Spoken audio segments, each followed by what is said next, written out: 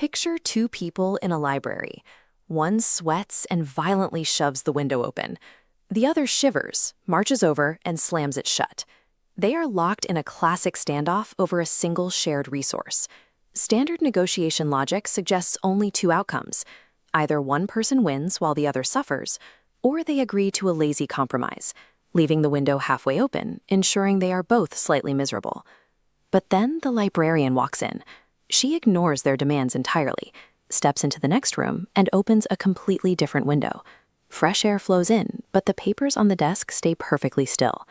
If you walk into a conflict asking who is winning, you have already lost.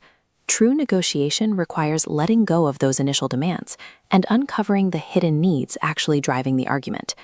That concept is the foundation of a framework developed by William Ury and Roger Fisher, the founders of the Harvard Negotiation Project. Step 1 is understanding the difference between a position and an interest.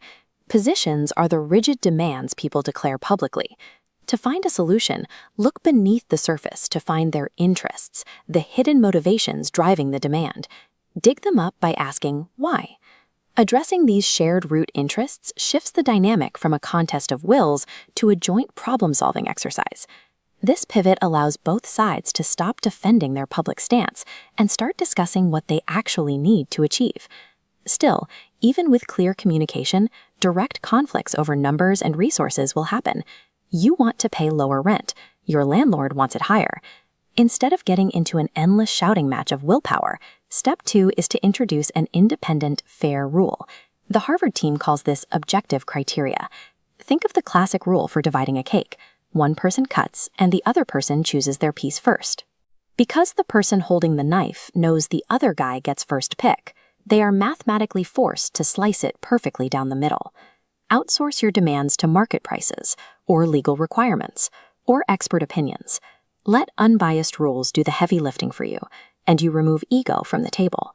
Which brings us to step 3, moving past the 50-50 split. Imagine two kids fighting over a single orange.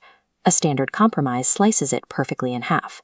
But if you look close, the exact mechanism you use to invent creative options. By brainstorming wildly before you judge an idea, you can find solutions where both sides get exactly what they need. You do not have to treat negotiation like a zero-sum game.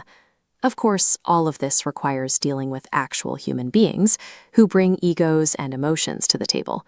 Step 4 is to separate the people from the problem. Show up early, grab a coffee, build a relationship before talking numbers. The goal is to be soft on the person across from you while remaining firm on the criteria and details of the problem you are trying to solve. This visualization shows how you protect yourself if the other side refuses to play fair.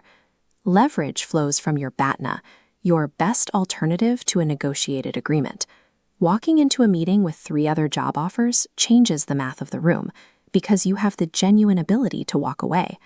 And if an opponent attacks you personally or dismisses your ideas, don't push back. Use negotiation jujitsu to sidestep the insult and redirect their energy into a question. Ask them, what is wrong with my idea? What would you do in my shoes? Maintaining emotional detachment and preparing a strong outside alternative limits the impact of an opponent's aggression. It forces them to engage with your logic rather than your emotions. A few years ago, an American father and son were spending an afternoon in London's Hyde Park. They were simply tossing a neon plastic frisbee back and forth. After a few minutes, a confused onlooker walked up, watched them for a moment, and asked, "Excuse me, who is winning?"